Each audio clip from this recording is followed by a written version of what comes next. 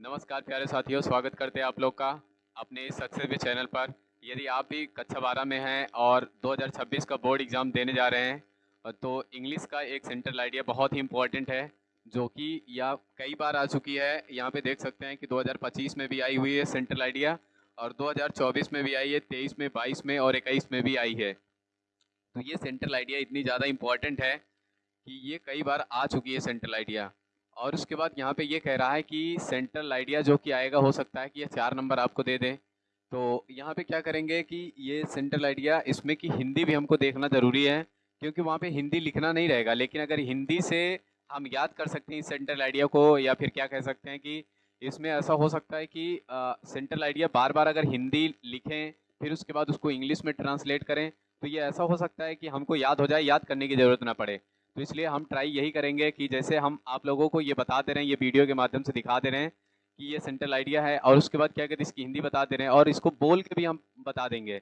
तो आप लोग को क्या करना है कि वीडियो चालू करो और उसके बाद कॉपी लो और पेन लो, बैठ जाओ, और उसके बाद यहाँ पे जैसे सुनते जाओ वैसे आप लोग लिखते जाओ। और जैसे ही जितना ही लिखोगे उतना ज़्यादा ये समझ लो कि याद हो जाएगा। और उसके बाद क्या कहते हैं वहाँ पे एग्जाम में नहीं भूलोगे, लिख लिख के याद करोगे तो एग्जाम में नहीं भूलोगे। तो आइए स्टार्ट करते हैं। जो कि क्या कहते हैं, कह रहा है कि ये सेंट्रल आइडिया जो है कौन सी है, my mother eight 66 central idea है, इस लेसन का नाम है। और फिर उसके बाद आगे इसमें कह रहा है कि इसको स्टार्ट करते हैं हम लोग। तो ये कह रहा है कि इसकी हिंदी, तो कह रहा है कि द पोएम स्टार्ट्स।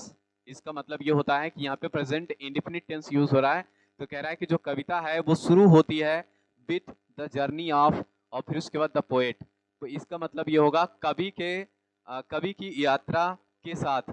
यह कविता कवि की यात्रा के साथ शुरू होती है विथ हर मदर्स, उसकी माँ के साथ। और फिर उसके बाद to coaching on the morning of the last Friday. Last Friday का मतलब ये होता है कि पिछले शुक्रवार के सुबह को, पिछले शुक्रवार की सुबह को उसकी माँ के साथ कवि की यात्रा शुरू होती है। कवि की यात्रा के साथ यह कविता की शुरुआत होती है, या फिर इस कविता की शुरुआत होती है, ऐसा कह सकते हैं। आगे कह रहा है कि द पोएट नोटिस्ड, जो कवि है वो ध्यान देता था या फिर ध्यान दिया, हर मदर या फिर ध्यान दी, वैसे तो ये कवित्री हैं।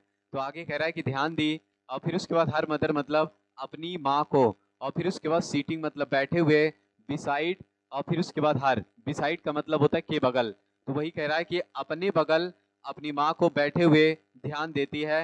और फिर उसके बाद आगे कह रहा है हु मतलब होता है जो, और फिर उसके बाद वाज डोजिंग, जो कि, और फिर उसके बाद झपकी ले रही थी, डोज मतलब होता है झपकी लेना। और फिर उसके बाद विथ ओपन माउथड, यहाँ पे लिखा है एंड, तो एंड नहीं होगा, यहाँ पे विथ लिख लेना, विथ ओपन माउथड, इसका मतलब होता है खुले मुंह से। और फिर उसके बाद एंड मतलब और। हर फेस वाज कलरलेस, तो कह रहा है कि उनके जो चेहरे थे वो कलरलेस हो गए थे, कि मतलब क्या कहते हैं, रंग विहीन हो गए थे। और फिर उसके बाद आगे कह रहा है कि लाइक, कैसे, लाइक एसन एंड कार्पस, इसका मतलब ये होता है जानवरों की मृत शरीर के जैसे। और फिर उसके बाद एट दैट, उस समय, द पोएट रियलाइज्ड, कवि जो कवित्री है वो महसूस करती थी, या फिर की, दैट मतलब कि हर मदर उनकी माँ, हैड, और फिर उसके बाद यहाँ पे ग्रीव नहीं होगा, ग्रोन होगा, हैड ग्रोन ओल्ड, उतनी बूढ़ी हो चुकी थी। और फिर उसके बाद बट, लेकिन, या फिर कह सकते हैं कि वो बहुत बूढ़ी हो गई थी या बूढ़ी हो चुकी थी, ये भी कह सकते हैं। बट मतलब लेकिन, सून मतलब होता है जल्द ही, सेपरेटेड, और फिर उसको दोज थॉट्स, सेपरेटेड मतलब होता है अलग हो गई, और दोज थॉट्स का मतलब होता है उन विचारों से। कौन से विचारों से, वो उन विचारों से अलग हो गई जो कि ये सोच रहे थे कि वो उनकी माँ क्या हो गई थी, बहुत बूढ़ी हो गई थी। और फिर उसके बाद एंड मतलब और, आउटसाइड और बाहर की ओर, देयर, और फिर उसके बाद सीम्ड यंग, और फिर उसके बाद ग्रीन ट्रीज, सीम्ड मतलब होता है प्रतीत हुए या फिर होते थे, और द यंग ग्रीन, और फिर उसके बाद ट्रीज का मतलब होता है कि युवा हरे पेड़। और फिर उसके बाद आगे कह रहा है कि इंजॉइंग चिल्ड्रेन, आनंद लेते हुए बच्चे। और फिर उसके बाद देन मतलब होता है तब। और फिर उसके बाद आगे कह रहा है कि रीच्ड एयरपोर्ट, और तब वह एयरपोर्ट पहुंच गई, मतलब हवाई अड्डे पे पहुंच गई। एंड मतलब और, स्टैंडिंग खड़े होते हुए, फॉर मतलब दूर, लुक्ड, लुक्ड मतलब होता है देखी। और फिर उसके बाद आगे कह रहा है हर मदर अपनी माँ को। और फिर उसके बाद फाउंड वैन, वैन का मतलब होता है कि थोड़ी रूखी त्वचा, या ऐसा कह सकते हैं। फाउंड मतलब पाई, और फिर उसके बाद वैन मतलब होता है रूखी, और कलरलेस मतलब होता है रंग विहीन। और फिर उसके बाद लाइक, और फिर उसके बाद विंटर्स मून। विंटर्स का मून का मतलब ये हो जाएगा लाइक, विंटर्स मून का मतलब ये हो जाएगा सर्दी की चंद्रमा के जैसे।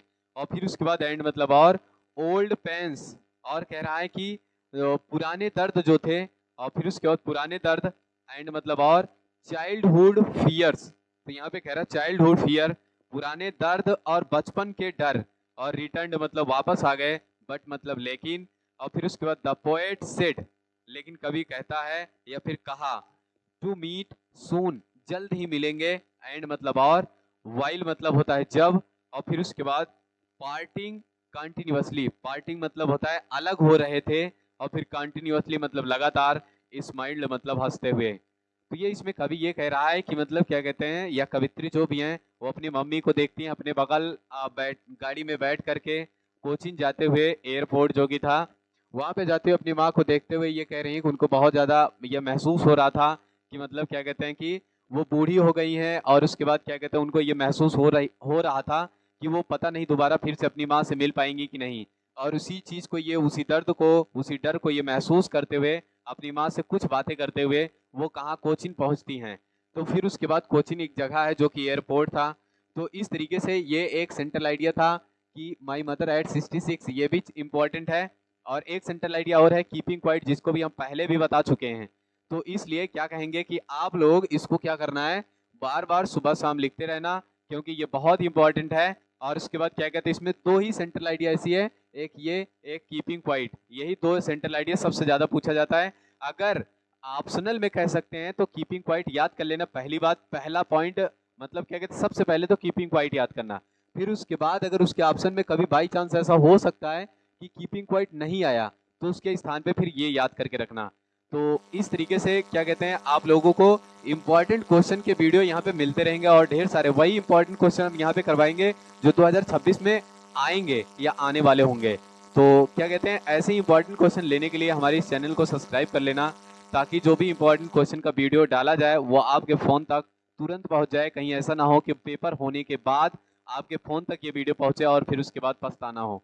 तो इसलिए चैनल को सब्सक्राइब कर लेना। फिर से मिलेंगे अगले वीडियो में, तब तक के लिए बाय।